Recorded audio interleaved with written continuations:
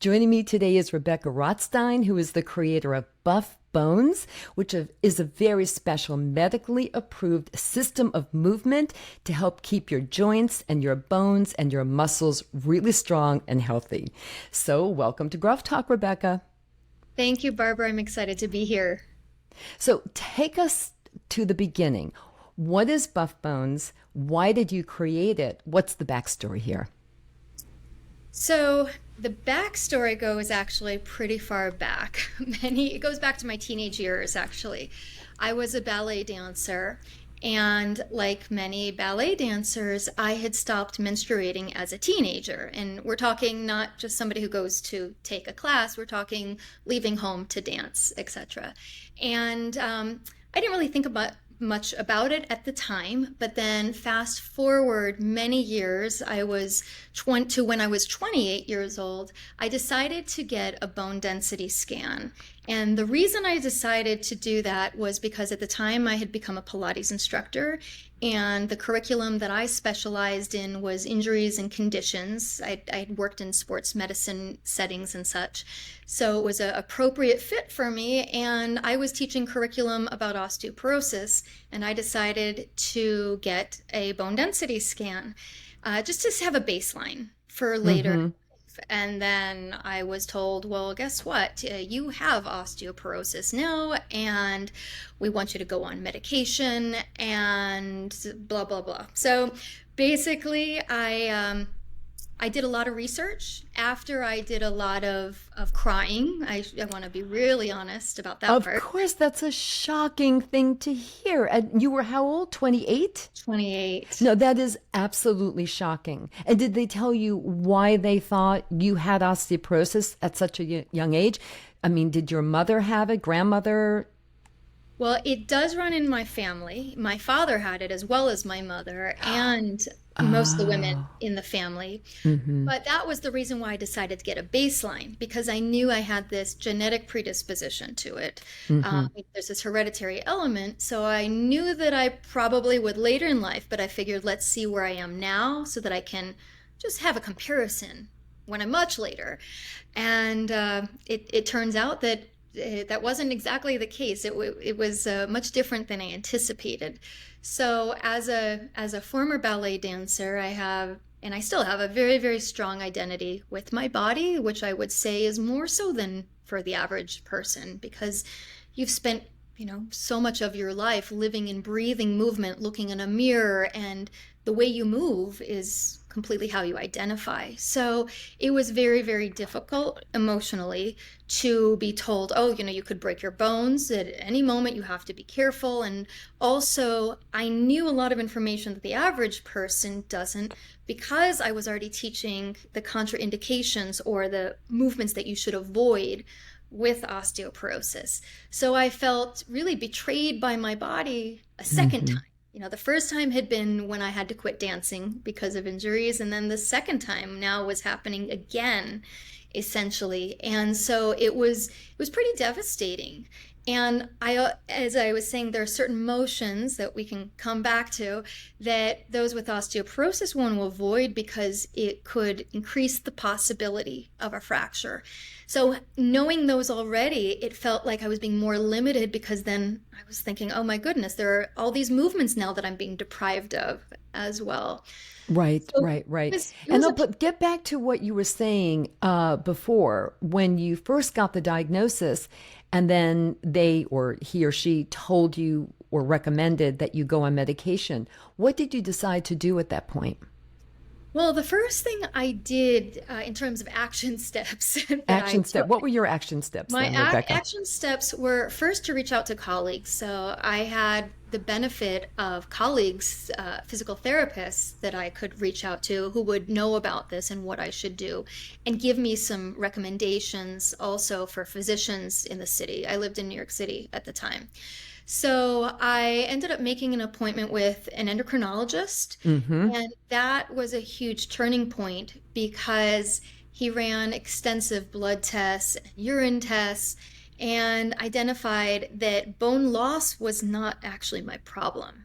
So the reason that had been suspected for the osteoporosis was, well, you probably just didn't build up your peak bone mass in those teenage years when you were dancing, because when you're not menstruating, you don't have estrogen running through your system, and estrogen is pivotal for that bone development.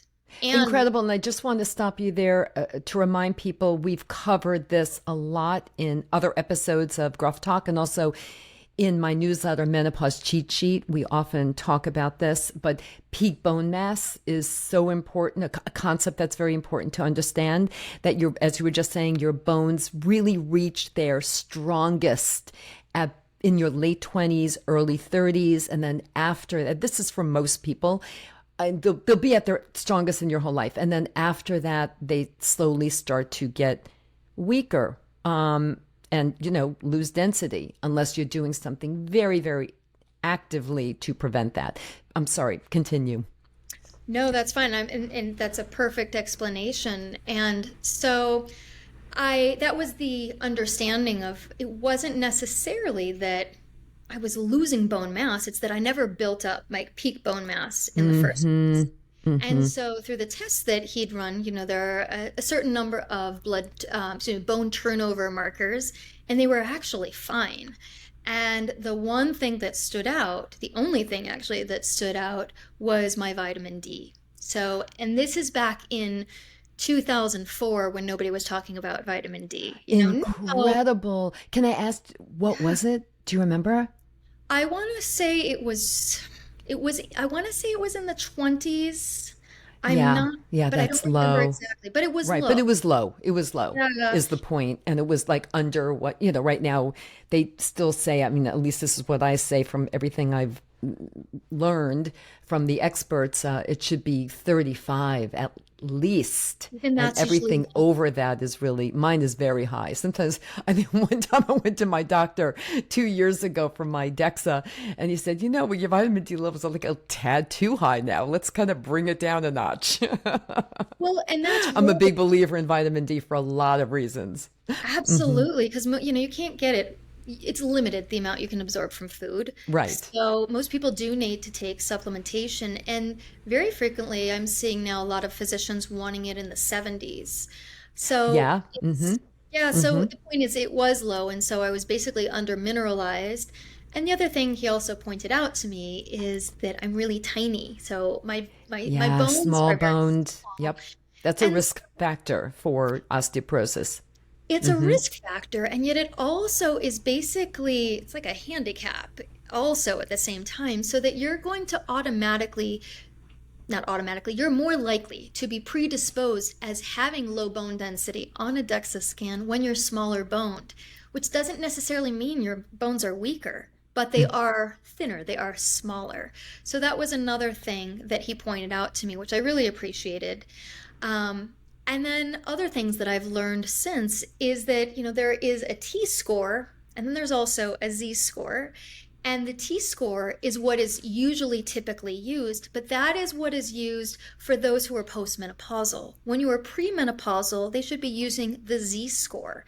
And so basically it is an age-matched comparison when they develop this score. And so when you're given the score of what your bone density is, it's usually looking at the T-score, but it should have been a Z-score that they were looking at with mine. So for those who are not familiar with it, you will basically see those two options on your bone density scan. Right. So it is something that I think people really ought to know, that if you are premenopausal, it's the Z-score that should be used, because you might be undergoing false alarm. And was that in fact the case with you? No, they were looking at my T-score, and really the Z-score was what would have been appropriate. Right, but did the Z-score, because they were looking at the T-score and you had a diagnosis of osteoporosis, did you in fact have a true diagnosis? Were you truly It would have osteoporotic? classified actually as osteopenia. As osteoporosis? Okay, that's the But question. Okay. there's a couple different interesting elements to this story, one of which is that, and the second is that I did improve my bone density from there. So even though it was in a range that was considered osteoporotic at the time, I was able, regardless of what range that was, I was able to improve my bone density over the coming years. That's incredible. Really incredible. Now, I don't think this is 2004. I don't know if they had the TBS score at that time. They did not. This is a fairly newish layer, I think is really the best way to put it in layman terms, that, I've talked about before and written about it, in fact, and I get that now when I get my DEXA. It's like I'm going to, again, layman terms, it's like a software layer. It's on a separate test from a DEXA. It's done with a DEXA, but not every healthcare provider office offers it, which is why when I first found out about TBS, I made sure to find a doctor in New York City where I live who does offer it. And that's where I've been going for, a few years now. And that's a really important tool now for people who might be borderline and are thinking about medication, because it really looks at like your bones at a different angle, if you will. And you might know about this more if you want to explain it, but the architecture, the microarchitecture of your bones. And it really also helps the healthcare provider determine if you really do require medication.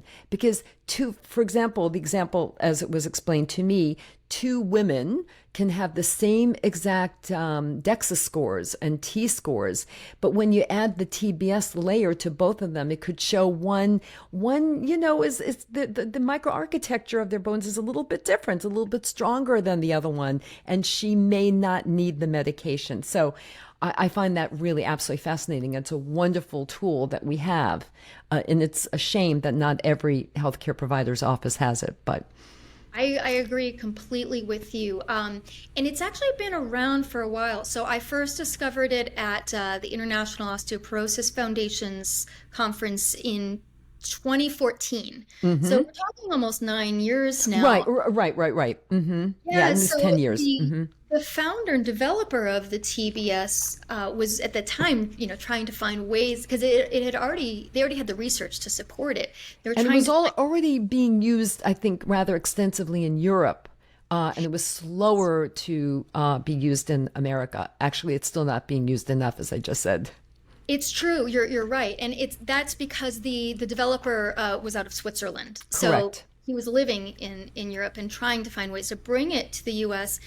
And absolutely, it really helps you. It gives you a better picture of your bone quality, so that we're not just reliant on the DEXA, which is the quantitative measurement of bone within a given area, but you're looking at the quality of the bone, like you're saying, the microarchitecture, an understanding of micro fractures or micro cracks, I guess is a better way of saying it rather than fractures, but micro cracks in the tissue. And, the quality is going to give you usually a better picture of the true ability of that bone to withstand external forces that could fracture it or not, that will make or break it, basically. Yes. And yes, it's a software that is placed using an algorithm that goes directly on top of the DEXA itself, so that you will get your DEXA score and then you will get your TBS score. And it's really fascinating because, as you've pointed out, it may show that your bone quality is actually better than you thought, or it could also conversely show that it's actually not as good as you thought. So it really helps in that decision-making process of what your next steps are and what your course of action will be. Right. And everyone listening in, if you're interested in this, I will have links to TBS so you get more information in the show notes, but also Medicare does cover it. If you happen to be 65 or older listening in, Medicare does cover a TBS test as well, just so you know. Love it. So you were talking now about how you, and I want to get back to this. So you were diagnosed and, with poor bone structure, however you want to call it, osteopenia perhaps, not quite osteoporosis as it turns out, but you were able to reverse it. This is something that's of great interest to me and to the listeners. Can you talk to us about that? Sure, and I always like to give a caveat with that to Sure. explain that, I was in my late 20s and metabolic processes in the body for a 20-year-old female are very different than for, say, a 55-year-old female. Hmm. And part of that is that I was still around that time of the peak bone mass. I still had estrogen flowing freely through my system. And as you know, and I think your listeners know, that you have a great acceleration of bone loss that occurs in those first 5 to 7 years after menopause. You can lose up to 20% of Right. your bone mass. So it is a different process in these two different bodies, and the bone metabolic processes are different. But with that said, I did a couple things. One is I increased my vitamin D intake. Secondly, I changed my diet where I decreased the amount of sugar that I was eating. I would like to say that I greatly increased my protein. I didn't. I do now. I did not know that at the time. Right. But It's so interesting. I was just listening to the episode that is actually coming out tomorrow. So, everyone, when you listen to this, after you hear this, go back and listen if you hadn't heard it already. Episode 68, and it's all about weight loss. And I talk with a obesity and longevity expert. And a big part of our conversation was focused on what she calls protein forward. And it's really, really important, the health of your muscles. And, very connected to your bones. So, yeah, listen to that and now pay attention to what Rebekah's going to tell us about how she's changed, how and when you eat protein, I guess, right? Or? it is, and to be honest, I was really influenced. I mean, I've known through, in fact, that initial osteoporosis foundation conference that I mentioned, there was early talks about protein, ingesting greater amounts of protein, but it was really, the research was looking at the elderly. And now, thank goodness, there's so much more information about midlife women. So to help us prevent what will be down the road, 20 years or more. Hmm. It really was Heidi Skolnick's book that opened my eyes to the amount of protein that we should be having in midlife right Rebekah, now. sorry to interrupt you again to talk about yet another episode of Rough Talk, but we did early on, it was in 2022 when the book first came out. Now we're talking about the Whole Body Reset. It's an AARP book, co-authored by Heidi Skolnick, who is a nutritionist. She's wonderful in New York City, and Steve Perrine, who is the health editor at AARP. And basically, they changed my mind too about not only making sure that we get enough protein in midlife and beyond, because the book is specifically geared to people 50 and over, but that the timing of the protein, because if, according to them and their research, if you don't get enough protein, about 30 to 40 grams per meal, if you don't get it in the morning, you are starting your day at a protein and muscle deficit. And they convinced me right there as we're recording, and I have never looked back. I listened to that and I said, my goodness, I have not been treating my body the way I should. I have not been giving it the protein that it needs when it needs it. And there are a lot of people out there who either don't eat breakfast or they eat a sugary donut or a bagel for breakfast with some butter on top and then, run out the door. And I'm telling you right now, and Rebekah's going to continue to tell you, that is not a good idea. There's a lot of science behind it. Right, Rebekah? Absolutely. And because of them, I now try to get 25 to 30 grams per meal for myself that I really wasn't before. And so going back even to my late 20s when I had this diagnosis, I wish I'd even known that at the time. But in the last couple of years now, I've gotten better about that. And it's really interesting because the research had really been looking at osteoporosis with the elderly or senior community, because that's the triage situation, right? That's where we're most concerned about the devastating fractures like hip fractures.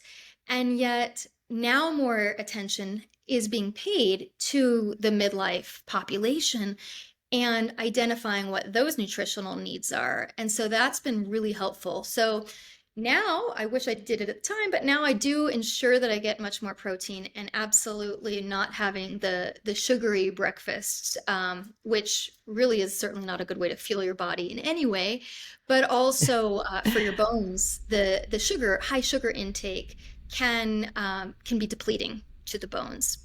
The other thing that I did was I already was a Pilates instructor, so I already at that time was quite active. But the other thing that I did was I increased the weight bearing element, and I started working with a personal trainer to add in weight training. So I was doing strength training because strength training is part of Pilates, but when we're talking about sets and reps and weights, that's something that I hadn't been doing at that point. So I started adding that element into my program as well. And I think, one of the big challenges that maybe we just have as a society is we like to name the top five, what's the top three, what is the best, you name it. Mm-hmm. And, when it comes to bone health, I strongly believe that approach does us a disservice, that you should be doing weight training, adding in heavy weights, but you also need to be looking at other ways to condition your body. It's not one thing over another. It's a matter of how you bring in different applications that are going to benefit your body in all these different ways. Because another thing that is often overlooked, and you and I were even just talking about this, is the tenderness, injuries that happen in midlife and beyond. And because of this high disposition or predisposition toward tenderness injuries as estrogen diminishes from our bodies, it's not just the answer to just load your tendons and bones, because sometimes you can actually increase the injuries. So we have to find ways to work within that capacity, what is going to be healthiest for the joints, and yet also enable the bones to rejuvenate along with that. Absolutely. And, for women in midlife, those who have gone through menopause again, the estrogen levels have dropped. And there are many out there who chose not to take hormone therapy to replenish their estrogen levels. I was one of them, only because, and I regret it, by the way, and I've said this publicly many, many times, because I do have low bone density. And by the way, I have been able to not reverse it so much, because I am in that older group that you were discussing, between the 20s and the 50s, 60s, but and what our bodies are capable of doing. But I have been able to kind of keep it at the low bone density, the osteopenia range, for going on 16 years now, because I was first diagnosed at 50 when I actually broke my arm when I was walking my dog, to now. And that's really good news. But again, you have to be really, really, really, really active. But there are women out there, as I was saying, who chose not to take HT. And so they have, hardly any estrogen in their bodies right now. And so I did have an injury. We were talking before we started recording this episode. And I have been doing what I think is everything right, but I may have been putting too much on my tendon and then develop hip tendinosis. So, our bodies are just always evolving, and you have to always reassess. And I talk about this a lot. What was working for me maybe 5 years ago with how I was training for my marathons isn't really working as the same as now. I have to adjust and reassess. So and that's getting back to what you do. So let's talk about buff bones. I mean, so you started this because of your own experience. Is that right? Yes. So just knowing what it felt like to be sidelined. I'd been sidelined from injuries throughout my life, so I knew that part. But then to be sidelined from certain exercise modalities, being told, you're not supposed to round your spine. And especially in Pilates, there's a lot of that. And I thought, well, let me think about what is going on for all these midlife women, specifically was who I was really interested in, that are really overlooked. There's a glaring gap, like a gaping hole in the exercise community for them, because there were boot camps for those in their 20s and 30s. And then there were these senior classes where they were just seated in a chair. Yeah. And Yeah. neither of those were appropriate for women around the time of menopause and even through their 60s. And I wanted to create something that would be encouraging and empowering for them, but also not like in a typical Pilates class where they would be told, oh, you should not do this, and then you should not do this, and then you should not do this. Something that felt really inclusive, but also would incorporate other elements beyond Pilates, because Pilates isn't enough. There are other things that need to be addressed. So then the final part of this is the joint conditioning. And because we do have different injuries and conditions in our bodies, we call them comorbidities in the medical world, Hmm. of things that happen alongside, say, osteoporosis. There's arthritis. You might have frozen shoulder. You may have a herniated disc. You may have a rotator cuff tear. I mean, it's really rare that you find somebody who doesn't have one of the conditions, right? I'm just was laughing. I was just thinking that, like, oh my gosh, it's like truly as you get older, and I'm happy to, it's a gift to me to be getting older. So let's just kind of put that out there. It's a gift. And I know that. But yeah, I have a degenerative disc disease in my lower back that has to be managed. I have a little mild arthritis in my left knee. I had a few injuries that are healing. But yeah, these things happen. Your body, as we said before, it keeps evolving. And even if you're doing everything right, I think a lot of these things just happen with a bit of wear and tear. And I think probably what we need to really do is try to figure out how best to kind of lessen the impact of that wear and tear that's happening naturally as our bodies age, right? With some of these tools that you have, that you've developed and you teach to your clients in your classes. Exactly. Because, I had done a really deep dive into the research I was asked to write a medical education paper for personal trainers and exercise professionals back in, 2008. So about 4 years after I was diagnosed. Hmm. And so I did a huge lit review of all the research that was out there. And really, everything that's talking about bone health is looking from a very standard lens, saying, all right, you need weight bearing exercise with resistance and you need impact, which is important. And that is how we develop bone tissue and how we also maintain bone tissue. But it's not very reasonable to just go and lift weights without recognizing, well, what are you going to do about that bum shoulder, or, that gluteus medius tendonitis that you have, right? Or, the knee pain that prevents you from squatting, which is part of some of the weight training that you might do. Right. I wanted to look at the whole picture, and I brought in a bunch of different elements and techniques into it so that it would be healthy for the joints as well, and address the fascia, which is the connective tissue of the body, which still to this day I think is really overlooked in the bone health world. And then bringing in certain elements of what we know as motor control. You hear about this in the physical therapy and rehabilitation world, but basically it's the sequencing at which and timing at which muscles fire, and having appropriate timing and sequencing so that you're really matching the activation of your movements with the demands that are necessary for it. So I brought in these different elements, and I think it's really the combination of all of these things, along with, of course, balance work, which we know is critical for bone Critical. My protection. mantra is no fall, no fracture. Yeah, Hmm. exactly. Hmm. So, the more we could see the body, from my point of view, the more we could see the body in this entirety as it exists and not look at it piecemeal, the better off we are. And that is for bone health, but also even for joint health. So, you were talking about how the body sometimes just breaks down and wear and tear, right?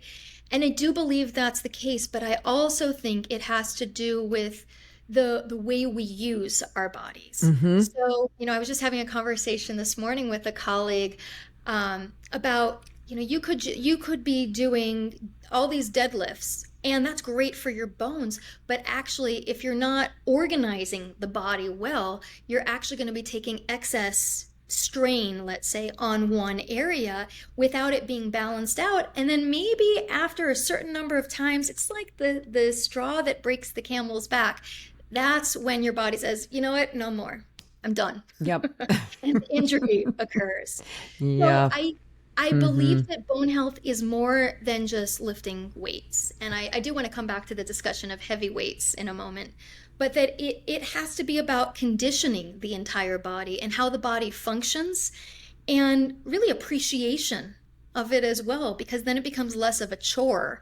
And if you enjoy these exercises that you're doing and ways to take care of your bones and your body, you're going to be more likely to do them rather than dreading it and, just procrastinating on it, putting it off to some other time. So it sounds like it's a very different program than other programs that we see out there, for sure. I mean, this really, it's a whole body. It's all conditioning. It's looking at every possible angle. It's seeing the kinetic chain. It's seeing how, right? I mean, it's just really everything to see how your body can function better, injury-free, and keep your joints and moving and your bones strong. It sounds wonderful. So do people have to come to your studio? I think you also train other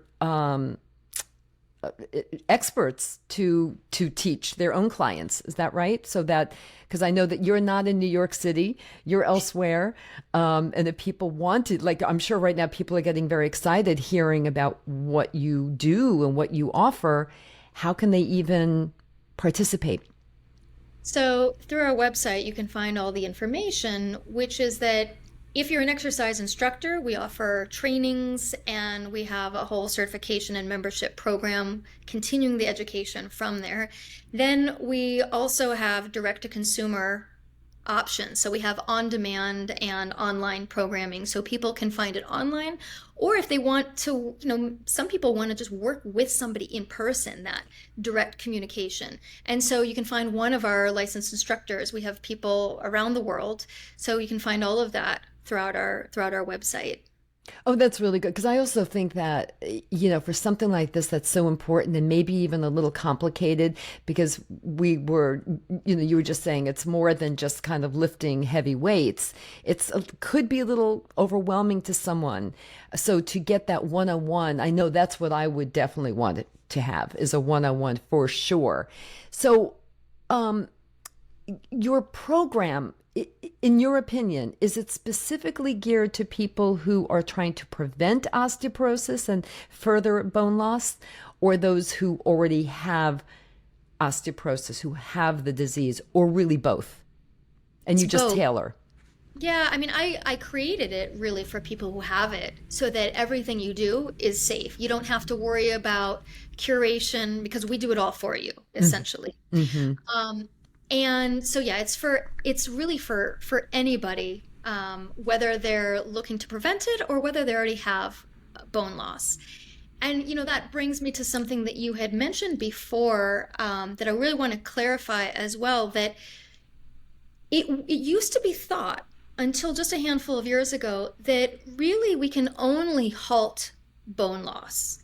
And then research in recent years has actually showed that you can, through very specific training with very, very heavy weights, you can actually increase your bone mass after menopause as a woman with osteoporosis. But those are not the type of weights that you're likely to have at home.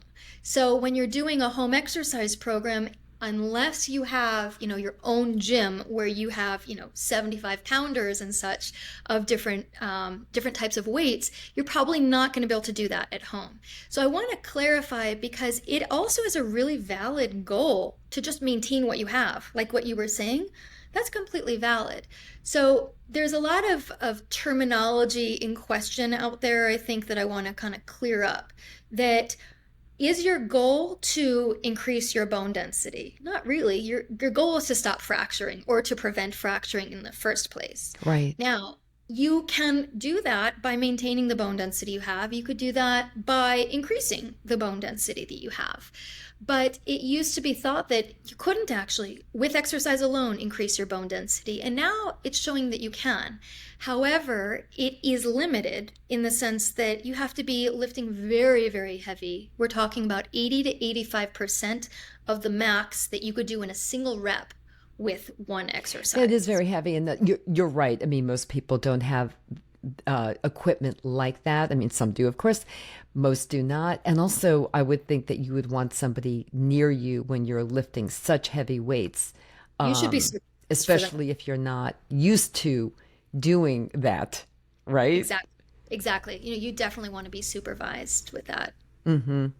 Mm-hmm. So Well, tell us more about it. I'm personally very fascinated by this, by the fact that you can, in fact, studies have shown you can, in fact, reverse it. And I think that's very good news for a lot of people. I just don't know how many people are actually going to start to really commit themselves to lifting such heavy weights. I don't know, maybe a lot of people listening in will definitely do that. But what are some other things that people can do? Just, your average person on the street listening in who really, maybe they haven't yet been diagnosed with osteoporosis, but like me, have low bone density, which so many women after menopause do have. What are some of the things they should be doing? Sure. And I'm glad you mentioned that because, I advocate that if you can do these heavy weights on top of everything else, it's not the only thing you should do. That's great. But I also recognize, there's an access issue as well that is limiting for many people. So there are so many things that you can do. And that's the biggest part that I think one of the biggest takeaways is to recognize that it's never too late. Don't despair. So a very simple thing that you can just do for impact is if you are standing, say you're standing at the stoplight waiting to cross the street, lifting and dropping your heels. So not bending your knees, keeping your knees straight, and just lift your heels a little bit and then you just let it collapse, let the heel drop. They're called heel drops. So it's a nice way to get the stimulus into your bones, getting this low impact into your bones. You can also stomp as another way. If you are not at high risk of fracture, you can also jump. So jumping and that impact is a great way as well to increase. It depends at what point you are in life. In younger people, it helps you increase bone density, but it also allows you to maintain the density that you have, once we're over 50, for instance. So that's one example of impact. Other things. I just want to interrupt you for a minute. I am wearing my Bone Health and Osteoporosis Foundation Be Bone Strong marathon shirt from last year in honor of our conversation today. And before we started this conversation, I always like to do something active before, doing an episode. And I just said, well, what should I do that's appropriate for this conversation? And I did a bunch of, I think, 20 or 30 jumping jacks. Nice. Yay. I think that's just this way to stimulate those bones. It's essentially telling your bones that they have a role because the bones can be lazy otherwise. So you're saying, no, don't go to sleep on me. Right, exactly right. And it felt good too. Like I felt like, it was that kind of afternoon. I needed a little pick me up. So instead of reaching for sugar or a cup of coffee, which I never do, it's so late. I did some jumping jacks and it worked. But that's a great, you've just identified a fantastic tool that we all have. Everybody at some point will experience that mid-late afternoon slump. And instead of reaching for the coffee, why not move your body and just see what the changes in chemicals will do? It's like your body's own natural caffeine response. There's a term now for it, exercise snacks, that they say really are very effective, and you can do incredible things in 2 or 3 minutes. You can do a bunch of jumping jacks. You can just jump up and down. You can do push-ups and squats in 2 to 3 minutes, and then you can do that throughout the day, and it all adds up, right? I'm laughing because in 2018, we launched a product called Buff Bites. Oh, I love that. That's great. We're calling calling them actually initially buff bone snacks. And then there was one person who was referring to the word snacks as well. So I was like, oh, I don't want that. Nobody was talking about in the way that you're talking about it now. So we ended up calling them buff bites. But it's exactly what you're referring to. 5 minutes, how we can maximize movement in that time and discover what you can do to take care of your body in the least amount of time possible, essentially. Yeah, because so many people say, oh, I just don't have time. I don't have the time to do that exercise or do that class or whatever. And yet, there's no excuse for this. You can do that. You can take 2 minutes and do 20 push-ups, and even the modified ones, even against a wall. And you can do a wall squat right? Hold a wall squat for 2 minutes. By the way, fascinating. I know we're going off topic, so sorry. Related, but off topic, but related. I saw a study very recently that wall squats and the plank, because they're isometric, and if you hold them, I'm sure you've seen this too, if you hold them for like 2 minutes and then take a break for 30 seconds a minute and do it again, a rotation of 3, that it lowers your blood pressure. It's I did not read fabulous. the actual study, but I've seen summaries of it. Yeah, exactly. It's that idea of muscle contraction where you're not producing motion. So your muscles are active and contracting, the definition of this isometric that you're referring to, but you don't see movement. You're not moving in space. And yeah, it's a really exciting bit of research because it's accessible. It's accessible, and you can really do it anywhere, anytime. I give talks around the country, and in fact, I'm going to Nashville next week to give a talk, and I always like to do the plank has become more well known now than when I first started giving these talks, that people would go, no, what's a plank? And then I would, high heel shoes and all, I'd get down on the floor and demonstrate. So I may have to do that next week. I don't know. I'll wait and see. But I'm always game to do it. And people always think it's so funny. But it's one of those things you can do anywhere, anytime. I know it's not lifting, the 75, 80 pounds, which will take going to a place to do, and maybe with someone spotting you and showing you how to properly do it. But these other things you can be doing, everyone. And that's you're so spot on. Well, you're so spot on. It's really about what is accessible to you. And even if you don't have access to weights, you can always use your own body weight for so much. Right. So, you'd asked about a couple exercises or things that people can do. Doing a plank is a great thing, but the problem is you have to be able to build up to that. And that's really what I think part of my mission is to acknowledge those who are looking for guidance, who may have other conditions in their bodies, and to help guide them to see, you've been here, but here's where we can take you. And to discover these potential that you didn't realize was possible that really can change your life. Absolutely. I just think that, and I say this often, and it was even the chapter of in my last book, all roads lead to fitness. I firmly believe this. I believe it with my whole heart and soul. Because why? Well, because if your bones, let's focus on bones, back to bones. If your bones aren't what they could be, if you've let your muscles go, and that is much more easily reversed, as we know, right? You can build back your muscle more easily than, not to say you can't with your bones. You can, as we now know. Muscles are a little easier. But if you don't focus on them, you can't age better. You just can't. My goal in life now that I'm close to 67, is to be mobile and independent for as long as possible.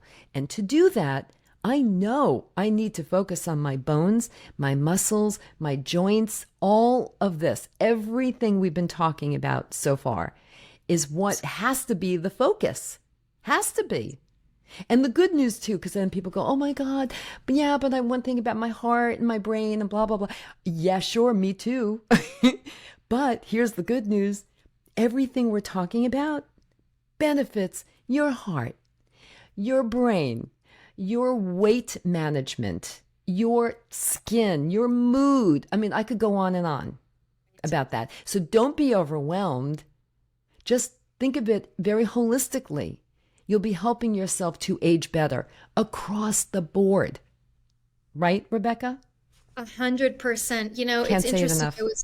I was taking a dive into brain health research last year for a big webinar series that I was giving that is actually continuing even this fall.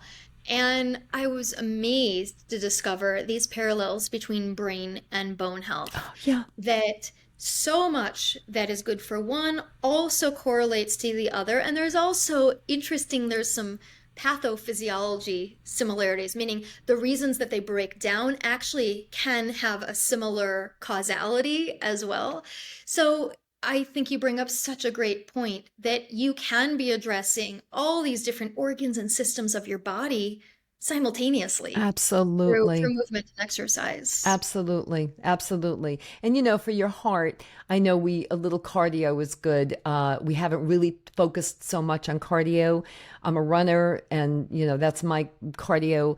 But you do get cardio when you're doing a lot of these other things too. Don't forget. So we're not saying that you need to spend hours and hours every day doing all of these things. But you know what? You do have to put in the work. You do. There's no magic amulet. No. And that's where I come into the enjoyment factor Mm-hmm. of how can this element of movement and exercise be pleasurable so that it doesn't feel like a chore, so that it's something that you enjoy and not even just enjoy after the fact because you feel better afterwards, that you actually can enjoy it in the process as well. Yeah. I do find great joy personally. But I didn't until it became a habit. And I'm a big believer in habits, and I'm a big believer in the whole process of creating a habit, which is, it starts with a thought. Oh, I'm going to go for a run tomorrow, or I'm going to go for a walk for 30 minutes after dinner. It's a thought to action. You actually do it. To habit, it's not going to be a habit until it's completely ingrained into your brain and your body and your life. Then it's just a one-off. Going for a 30-minute walk after dinner is a one-off. That's going to be nice for the moment, and then that's it. But to create a habit, you have to keep on doing it. And then when you keep on doing it, you'll be amazed at the joy that it will bring you. I get such great joy when I'm running outside. I'm not a treadmill chick at all. I go outside. You're in nature. You're outside. You're seeing the world. You can kind of solve the world's problems in your head as you're running. Whatever works for you, whether it's biking, swimming, a little cardio is a good idea. Walking, great thing. And by the way, all of these are really good for your swimming, less so, but all of these other things, and biking even a little less so, but like running, walking, jumping, all of those things are actually good for your bones. That's Weight bearing. Yeah. And it's so much about that habit creation. You're so spot on. This was, in fact, so we created last year, launched a 10-day challenge, which is what we consider the entry point into the Buff Bones method. And it literally was designed for what you're talking about, so that you have 10 days straight in a row. I mean, you can do it any way you want, but to try and build that habit so that it becomes something that you're used to doing, and maybe you set up aside a certain time of day, or maybe you've put something in your calendar, but when it becomes part of your life, it's like brushing your teeth. Yes, it has Not to. It has do to, that. or else it is a one-off thing, a one-off event. And that's just not going to help you achieve the goals that you may have for yourself right now, right? To age better and to be mobile and to be independent. I hate to use the word work because that sounds like work, but you do have to put in the work, or maybe better said, you have to put in the time and the effort to, Commitment. right? You just have to. I mean, I know that we're all talking about Ozempic again, going off again, but related. We're all talking about Ozempic, and it is a bit of a magic pill, as it turns out. It really does help people to lose weight. The big concern, as with the discussion I just had with a recent guest about this, the woman who I referenced before, who is a longevity and obesity expert, is the big concern is that people are going to say, yeah, this is a magic pill. So now I don't need to work out. I don't need to, go to swimming or walking or running or do anything. I'm just going to lose the weight with this pill, injection, Right. not pill in Right. this case. Yeah, that's a big, big concern. And you know what? That's not the way. I'm not saying that people shouldn't take Ozempic. If it's right for you, go for it. If other things have failed, go for it. But don't Not the only solution. give up the lifestyle choices, Yeah. right? Absolutely. Well, and it's going back to the teeth brushing example. You go to the dentist usually twice a year. You don't not take care of your teeth in between. You have your daily routine of maintenance to prevent tooth decay, right, and cavities, so that you don't have to have a root canal down the road. Well, it's the same thing. Wouldn't you take care of your bones just the same way as you take care of your teeth? So that, you want to Absolutely. avoid fractures or a root canal, right? So whatever that is down the road, you have to see the long haul picture. And as you pointed out, your goal is to be independent Yeah. and mobile for Yep. as long as you can. Which I think Absolutely. is Absolutely. So everybody's looking goal. at the big picture, the long-term picture, where do you see Buff Bones 5 years from now? I mean, you said you just developed that challenge, the 10-day challenge. So it sounds like you're always coming out with new ideas, the Buff Bites. So where do you see Buff Bones 5 years down the road, whatever, a few years down the road? Well, there's a couple things. One is we're actually about to part of our mission is also advocacy. So we're going to be launching this fall a new webinar series that is free to the public. And we're really excited about this. So at least we're going to see how it works throughout the fall, and hopefully that will continue, of monthly webinars with different physicians, nutritionists, experts in the field, usually coming from medical facilities with health organizations that are sponsoring, providing speakers. So that's part of it, is to continue and really expand the reach of education.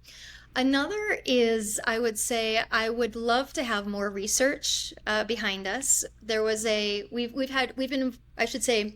been involved in one research study, and then another research study from a very prominent research study was using our material and published in 2021, I believe 2021, where we do have now evidence showing statistically significant improvements in functional performance and muscle strength. And so I would like to have more research and be involved in it Yes, as well. for sure, as you should be. Absolutely. And I would say those are the two biggest things right now. And then also, of course, moving forward with YouTube to offer, again, information. Yeah, we were just talking about that accessible before we recorded. Yeah. You should absolutely be, doing a YouTube channel. I know you have one already for your on-demand videos, but taking snippets of them and sharing to get people excited and motivated. That's the most important thing, is like, what's the science behind motivation? What is going to get you to not just listen passively to like this conversation, but actually listen to it in a very engaged way, so that after this ends, you'll actually do something. You'll actually take action, right? The action to make it into a habit. And that's really my goal. I know it is yours too, Rebekah. And I think Sure. that doing the YouTube thing is a great idea. Yay. I'm totally in favor of it. So we have talked about so much. Is there anything I missed? Anything else you want to make sure that our listeners know about Buff Bones? I mean, there will be links in the show notes, as I said, to some of the things we've referenced, certainly about Buff Bones, but are there a couple of takeaways you want to make sure people really, really, really remember from our conversation today, because we covered so much? Definitely. I think, for one thing, that it's about optimism. And I think I come from a unique place as somebody who's in this space, who is not just telling you what to do, but has been there. So I get it. I understand the frustration. I understand the fear, the anxiety, the overwhelm. I really, really do get it. And that's why I created Buff Bones. So to recognize that there are always things that you can do to protect your bones and to improve various elements of your body, whether it's improving your balance, improving your strength, improving your mobility. There are things that it's just never too late. There are always things that you can do. The other things that I would say is remembering, as I mentioned, your bone density is important, but that's not really your goal. Do you really care that your bone density is higher if you still fracture? No. Like, you really want to think about not fracturing, or I should say, you really want to avoid fractures. That's your main goal. So keep your eye on the prize. And bone density is important, but that's not everything. It's only one element of the total picture of bone strength. And then also, just I would say the third thing along these lines is about appreciating our bodies and appreciating all that is working. And especially, I just was having trouble with my hand the other day because of arthritis. I was struggling with my fingers. I have a lot of arthritis throughout my body. And I'm 47 years old, right? So I've got a long time still to go.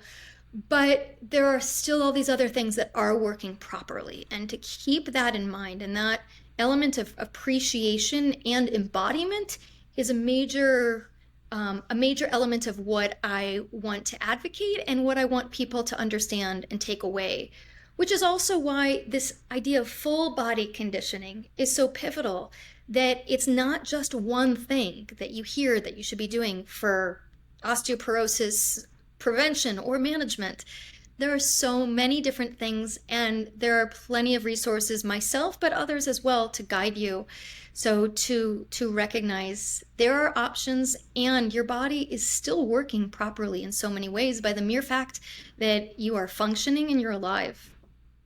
Yeah, that's very optimistic. Yes, you're so right about that. And remember, I just want to add in, our bodies are always evolving, and so a reassessment, maybe in partnership with a healthcare provider, certainly how you're feeling, or do you have new aches and pains that need to be looked at and discussed with a healthcare provider? All of these things are really important as we get older. I mean, again, you mentioned how, you know about this because you went through it.